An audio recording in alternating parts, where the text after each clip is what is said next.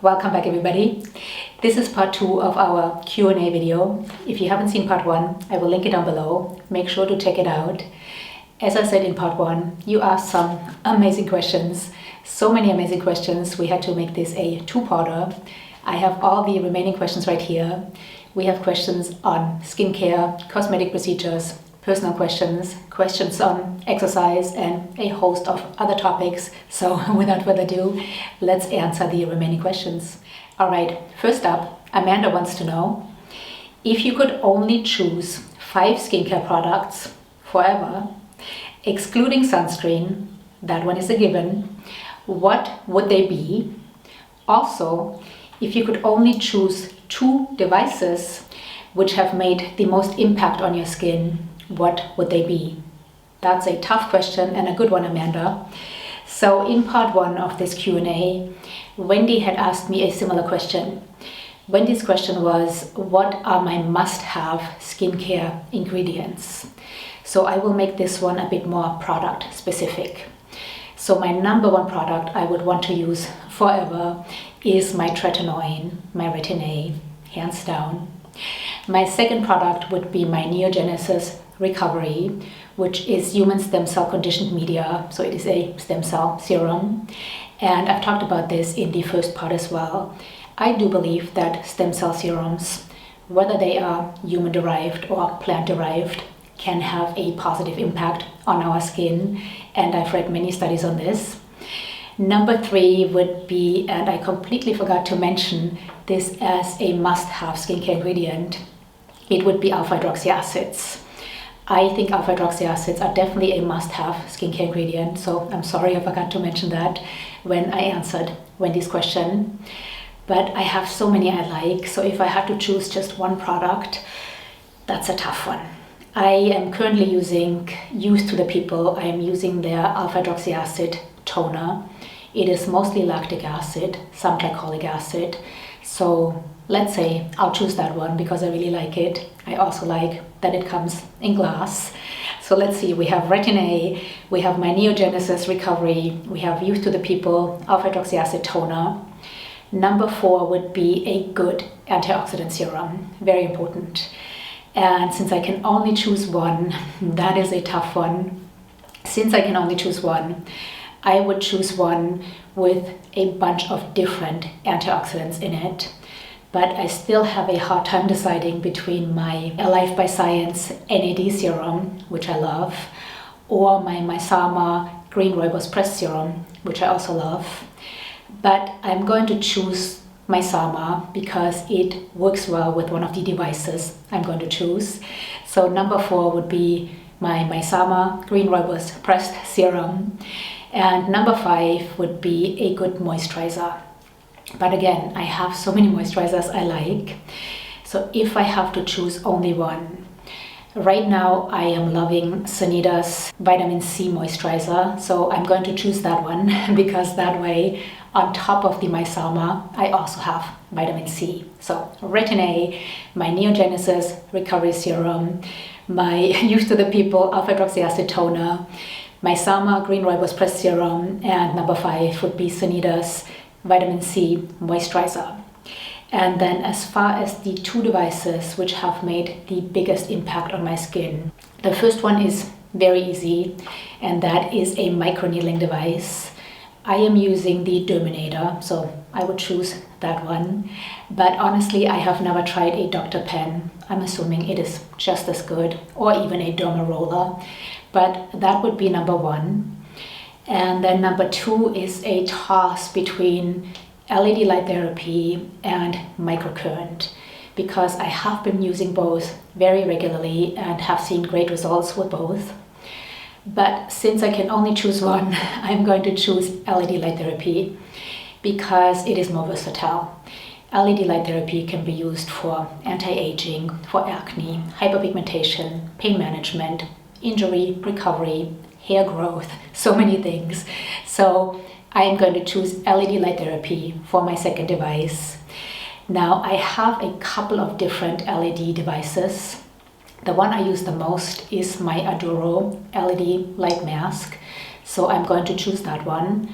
However, honestly, if I would have a panel, I would probably choose that because it is even more versatile. I mean, I could put the deodorant mask on my head or around my knee or something, but a panel, I could sit my whole body in front. So that would be even more versatile. But so my microneedling device, my derminator, would be the number one device, hands down, no question asked. And then LED light therapy would be my second device. Holly wants to know, can you discuss more about your age gap relationship? She goes on to say, I was in one in the past. They are not always easy.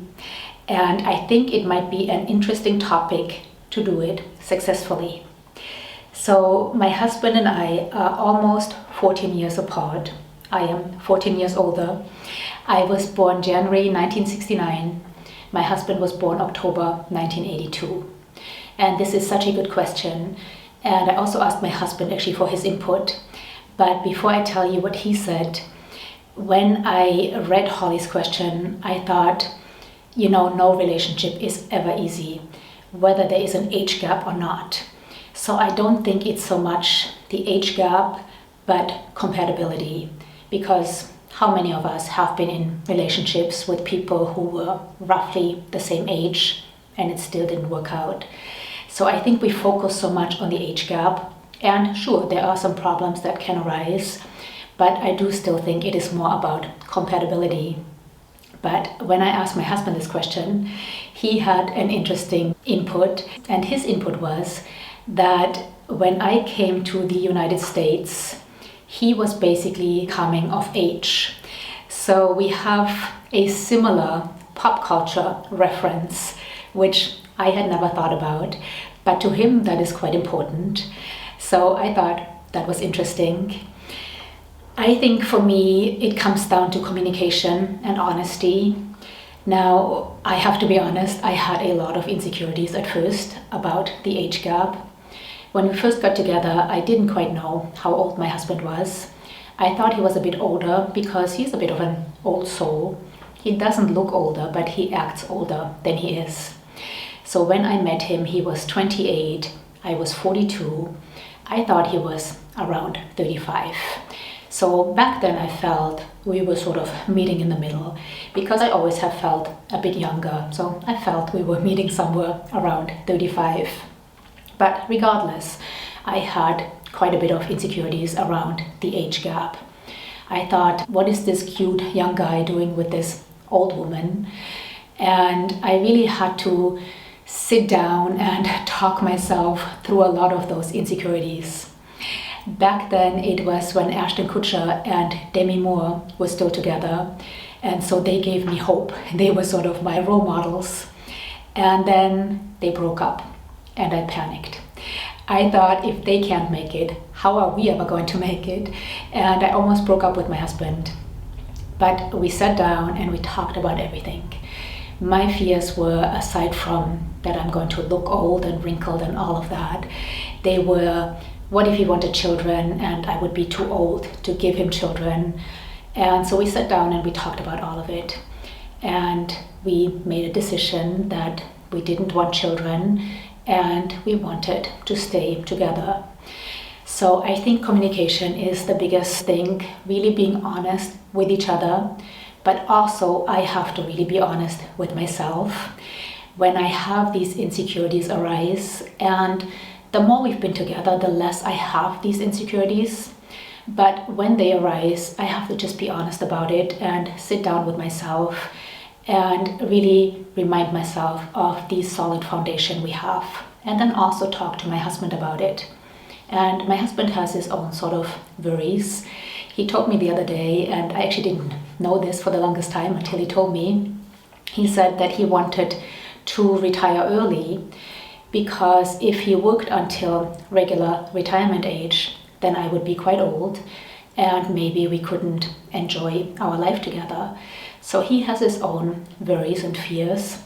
But again, we sat down, we talked about it, and we, kind of see what we can do about it. Can he retire early? Can I take really good care of myself so that when I am in my 80s, I'm still healthy and kick in? So again, communication I think is so important. Now, like every other couple, we have our struggles, we have our fights. I don't think that any of them have to do with age difference. Again, I think it is so much more about compatibility and being honest with each other. And the other thing I also think is interesting, I did a video the other day with my friend Tamara, and I must have mentioned the age difference I have with my husband.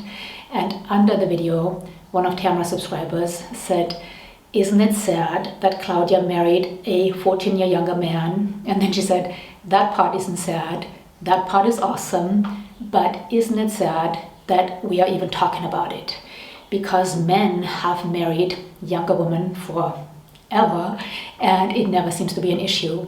But once the woman is older, then we talk about it and we think about how can this work and how can it be successful." So there's definitely a double standard. And again, we are like every other couple. I don't know how successful we are. So far, we're doing pretty good. But like every other couple, we have our struggles. But I wouldn't say that any of them have anything to do with our age gap and just more to do with just being a couple who sometimes has different opinions. So, but I really think as far as the age gap, communication is the most important. Be honest with yourself about your own fears. Like I said, I have to do that quite a bit. I have to sit down with myself when I have those worries. Is he going to want a younger woman? Am I going to look too old? Blah, blah, blah. All that stuff I would probably worry about no matter if there is an age gap or not, because I'm a woman and that's the stuff we worry about. But so being honest with myself, with my husband, him being honest with me, and then talking about it. And if we see any problems that could arise because of the age gap, then just seeing what could we possibly do about it. I got quite a few questions on my teeth, not just when I ask you to ask me questions, but lately under the videos in the comments, I have gotten a lot of questions on my teeth. Majed wants to know, you have a beautiful smile. Are your teeth real or are they veneers? Ashley says, this might be weird, but what is your dental routine? So since I have gotten so many questions on my teeth and on my dental routine, I figured I'll make a whole video on it because I don't want to take you into my bathroom right now and show you what I use to take care of my teeth. So I will make a whole video on it. I promise I'm working on it. It will be up soon. Next, Walla wants to know, what is your advice on skin tightening? That's a good question. I would say anything helping with collagen production or induction. So retinoids, vitamin A, one of the few ingredients ever been proven to actually help with collagen production. So definitely retinoids, microneedling, since it is collagen induction therapy. Certain lasers can help. I just had a Fraxel laser done not too long ago, and Fraxel works with surface resurfacing, but it also works deeper in the dermis and helps with collagen and elastin production. So certain lasers can help. Radio frequency can help. Let's see what else.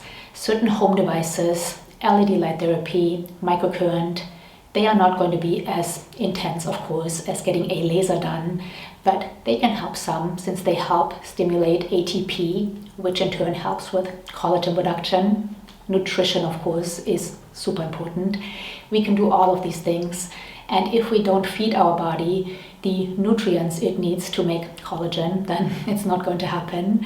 So to make collagen, our body needs a string of amino acids, which it gets from protein. I don't think we need a collagen supplement as long as we get enough protein in our diet, whether that is plant-based or animal-based.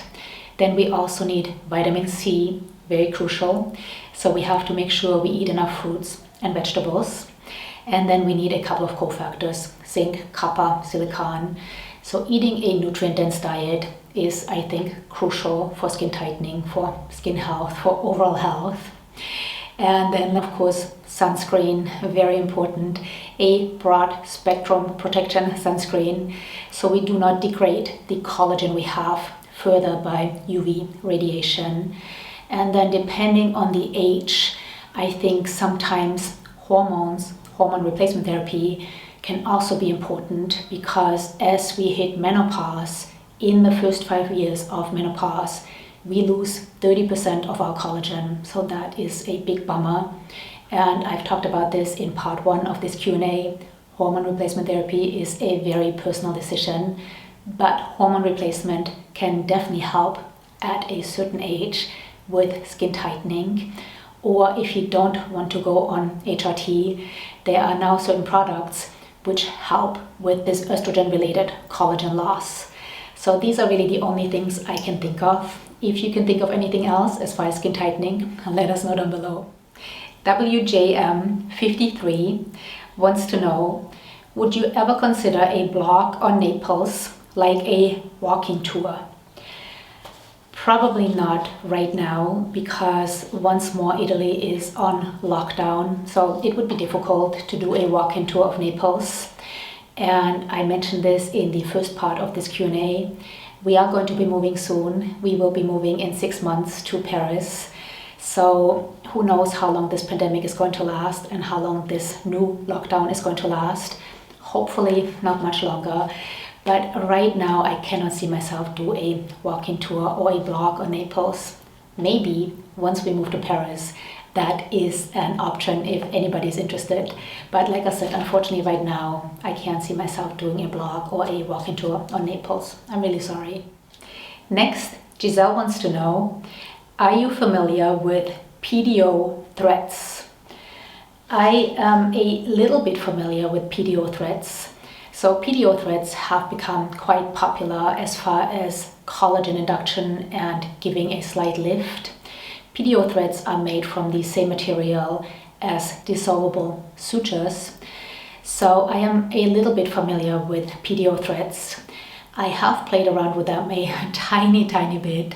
I'm quite curious about them and I would like to play around with them a bit more, but I am by no means an expert. I actually talked to my doctor who did my Fraxel laser about it because I am quite curious about PDO Threads. And I asked him, does he think I would be a candidate for maybe a thread lift? And he said that he doesn't think they actually do much as far as lifting. So I have heard that from several other experts that as far as lifting, the results are quite temporary. However, I have seen some interesting slides where PDO threads were placed, and once they dissolved, so they dissolve after about 6 months, there was definitely more collagen being produced. So I do think that PDO threads, to my knowledge, can be great for collagen induction, similar to microneedling, maybe a bit more intense, but from, like I said, what I've heard, they are not the greatest for actually giving a lift. But this is really all I know about PDO threads. I am quite curious about them, like I said, and I do want to play around with them a bit more. So maybe in the future, I will know a bit more about them. If you have experience with PDO threads, let us know down below what you think. Bethea says, I am 46, tall and slim, and I eat healthy and like to take care of myself. But I have an obstacle, and that is exercise. I do not have a lot of muscle and I'm self-conscious about it. Do you have any suggestions where to start and how? She goes on to say, I do not want to lose weight. This is a really good question, and I think oftentimes we think if we don't have to lose weight, why exercise, right? But exercise is not about losing weight. That is a side product if it's needed. But exercise is important for so many things. So that's a really good question. Where to start? I think that everything is better than nothing. But oftentimes, many of us, myself included, have this mentality that it has to be all or nothing. So oftentimes we think 5 minutes of exercise isn't going to do anything, so I might as well do nothing. But I really disagree. I think that 5 minutes of exercise are 5 minutes more than if you don't exercise. So any exercise you can squeeze in, I think, is better than nothing. So to get started, I would remind myself of that everything is better than nothing.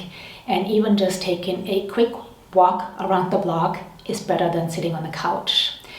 Now, Bethea wants to put on some muscle, so that is going to require a bit more than a quick walk around the block. But still, I would say get started first. It's sort of this, an object in motion stays in motion. Get started first. I think getting started is the hardest thing with everything, not just exercise, but with everything. Once we start something, it is so much easier to just keep that momentum up. So get started. Find something you enjoy, whether that is going for a walk, going for a bike ride, going swimming, doing a little sprint, running up the stairs, whatever it is. Get started. Find something you enjoy, because then you're much more likely to stick with it. Don't worry right now about putting on muscle. That will happen once you are more active, but just get started. Like I said, think about everything is better than nothing. Start with 5 minutes, 10 minutes, whatever you can start with. Find something you enjoy and do it as often as you possibly can. Ideally every day, but do it as often as you possibly can.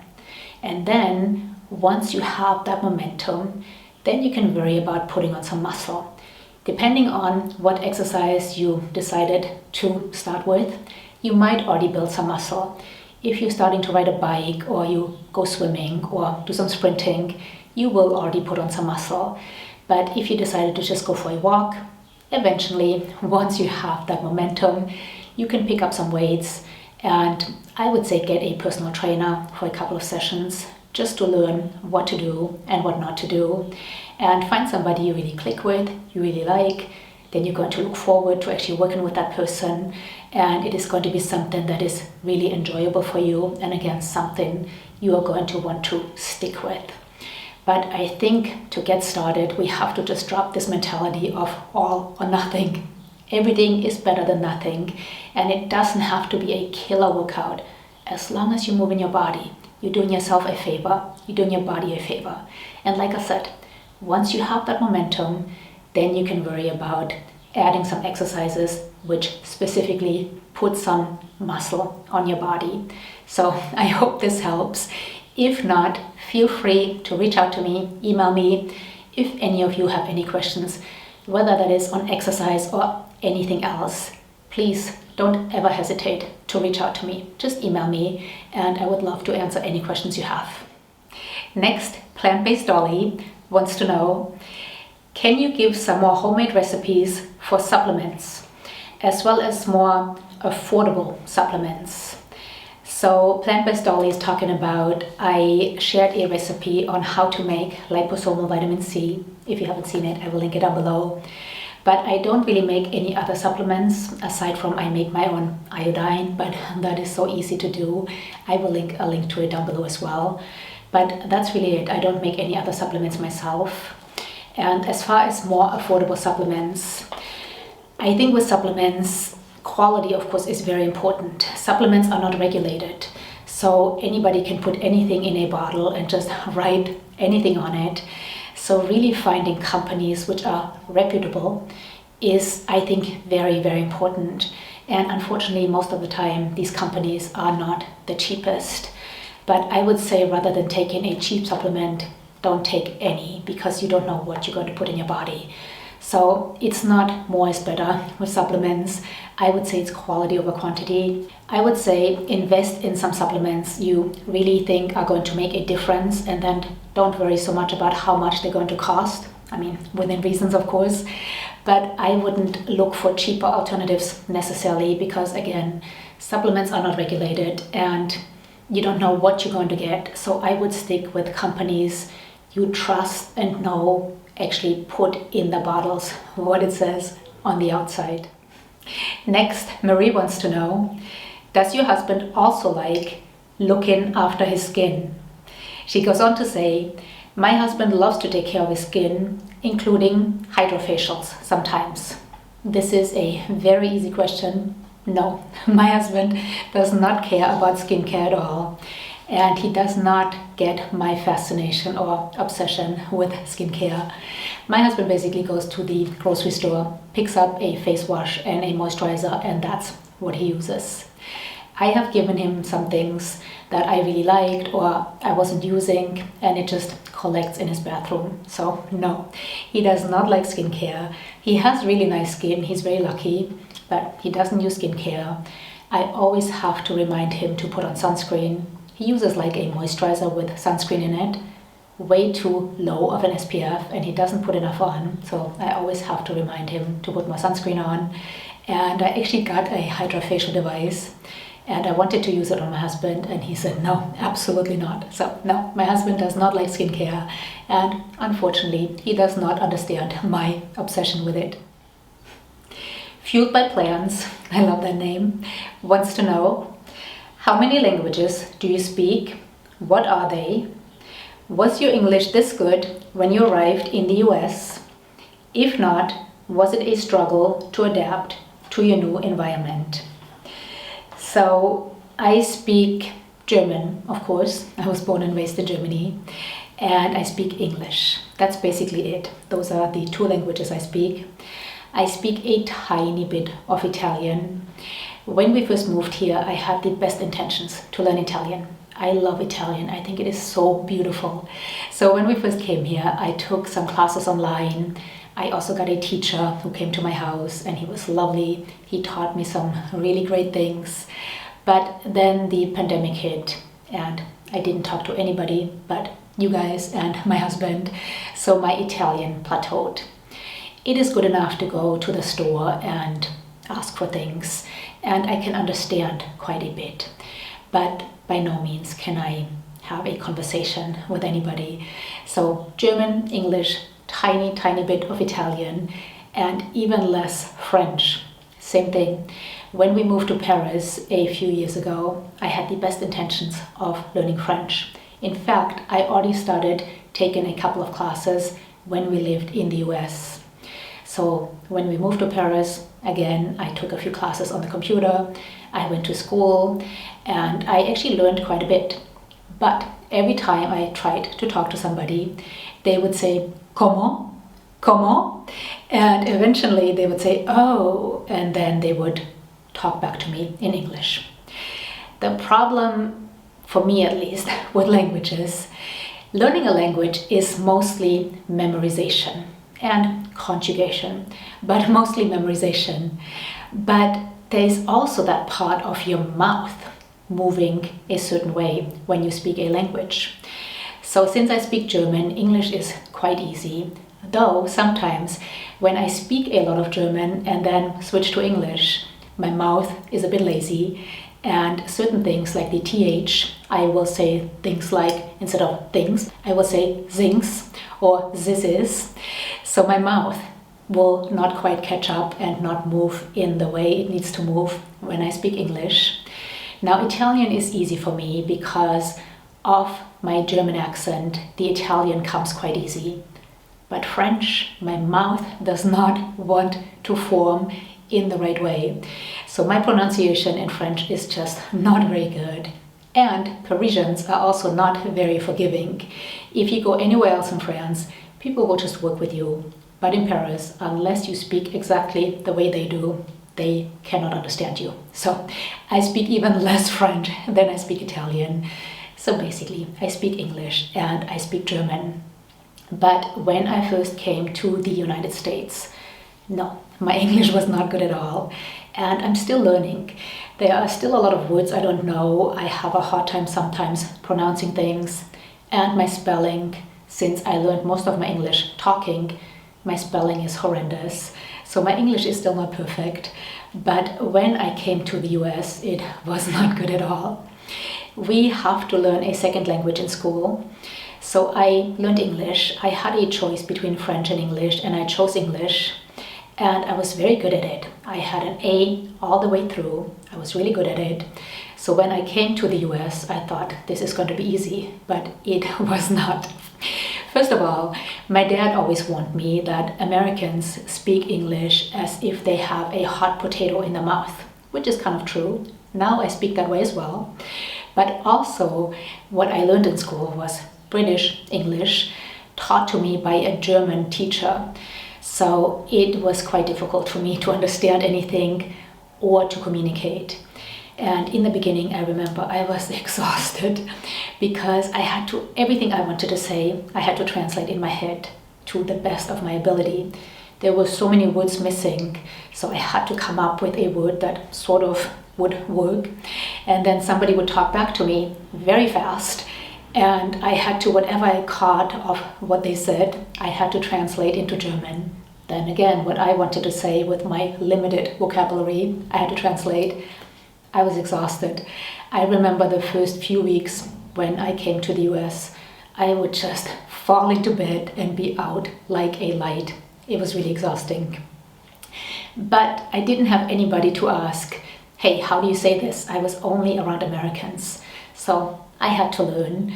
It took a little while. I would say it took about a year for me to be bilingual. So I wouldn't have to translate everything somebody said or what I wanted to say. And I also remember after about a year dreaming in English, and that is supposedly when you are bilingual. So it took a while. And no, my English was not good at all when I came. I had a strange way of asking for things. I remember I wanted to say to my friend, may I please use your bicycle? I wanted to be very polite, but I didn't know how to say that. So I said to her, you must give me your bicycle, thinking I was polite. And she said, must I? And I said, yes. So no, my English wasn't very good. It was difficult to adapt, but it was also very exhilarating. I came to the US at 22. I didn't know anybody. I hardly spoke the language. I had to figure it all out. So though it was exhausting, it was also very exhilarating at the same time and very exciting. Next, Retro Melda is asking if I could talk more about sinuses. She says her son is having forever plucked up sinuses, even though he is vegan. Now, I actually talked to Retro Melda privately about this, but then I thought, since allergic rhinitis is actually quite common, in fact up to 30% of adults have allergic rhinitis or rhinitis, however you want to say it, and up to 40% of children, I thought maybe this would be a good question to actually ask. So I actually have the same problem. My nose is plugged up all the time. It has been for years. It drives me nuts at night. But just recently I started taking Quercetin, and that has made a huge difference. So Quercetin is a plant extract which is good for a host of things, but also for allergies. So for me, that has made a big difference. Other things that can help is a neti pot, which is a little like a little watering can you clean your sinuses out with. And then Retro Melda said that her son is vegan. So oftentimes it can be food allergies, right, that we are allergic to and which are making our nose run and plugged up and giving us all kinds of other problems. So since her son is vegan, he is not eating dairy, but there could still be other problems such as gluten, other food sensitivities. So that is something to look at if we have allergies. I know personally I've been tested and I was allergic to mold and dust. Really difficult to avoid. Our house is very moldy, and then I was also allergic to gluten and shrimp, which I don't eat. But mold and dust is difficult to avoid, and I think almost all of us are to one degree or another sensitive to either mold, dust, or both of them. So for me, like I said, the Quercetin has made a huge difference, and that was really the only thing that has made a difference for me. I've tried a ton of things, but if you have any suggestions, share them down below, because like I said, it is something that affects up to 30% of adults. So many of us can benefit from whatever you have to share. Scarlett wants to know, who has inspired you in your life and why? So in the very first Q&A I did, somebody asked me who has influenced me in my life before. And I said that I didn't have too many positive influences in my life, unfortunately. And one of the biggest influences I've had in my life was my dog, my husband, of course, and a couple of other people. But inspired to me is a bit different than influenced. And I have been inspired by a lot of people, actually, probably too many to name. So what I realized, though, these people had in common were certain characteristics. So what inspires me is integrity. Integrity is something that is very important to me, and somebody who has integrity definitely inspires me. Integrity, honesty, tenacity, but also kindness. So people who are kind and tenacious and have integrity and honesty those are the people who inspire me. People who don't take no for an answer. And I don't mean that in an aggressive way, but people who have overcome obstacles and don't let these obstacles hold them back. And also people who want to make a difference in this world and are willing to work hard for it and compromise to make a difference.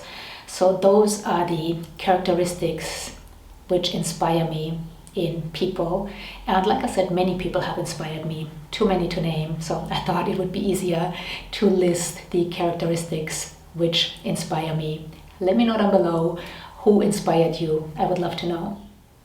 And then lastly, Martina wants to know, what is the best vegan skincare in your opinion? That's a tough one. There are so many beautiful vegan skincare brands out now, and I haven't tried too many actually. I love Kindry. I've talked about Kindry quite a bit on this channel. I love Cureology, which is a vegan natural brand using a lot of actives, so I like that. I haven't tried too many European brands, and I know Martina lives in Italy, aside from Dr. Hauschka, which is not always vegan, but I do like some Dr. Hauschka products. Dr. Hauschka is from Germany. I have tried Veleda, and my skin actually does not like Veleda. It gives me a rash. So I haven't tried too many European vegan skincare brands or vegan skincare brands in general. There are a lot of products which are vegan but aren't advertised as vegan. So aside from Kindry and Cureology, I can't really think of any right now that I think are outstanding. But if you have any suggestions, definitely share them down below, please. So this is it. I think I answered every question. If I forgot your question, I am so sorry. Please ask it again down below. And of course, if you have any other questions or comments, ask them down below. I always love to hear from you. Thank you so much for asking such amazing questions. I hope you enjoyed this video. I know it was long and it was a two-parter. If you haven't seen part 1, it is linked down below. Thank you so much again for asking such amazing questions and for hanging out with me. I so appreciate the time you spent with me. Until next time, bye.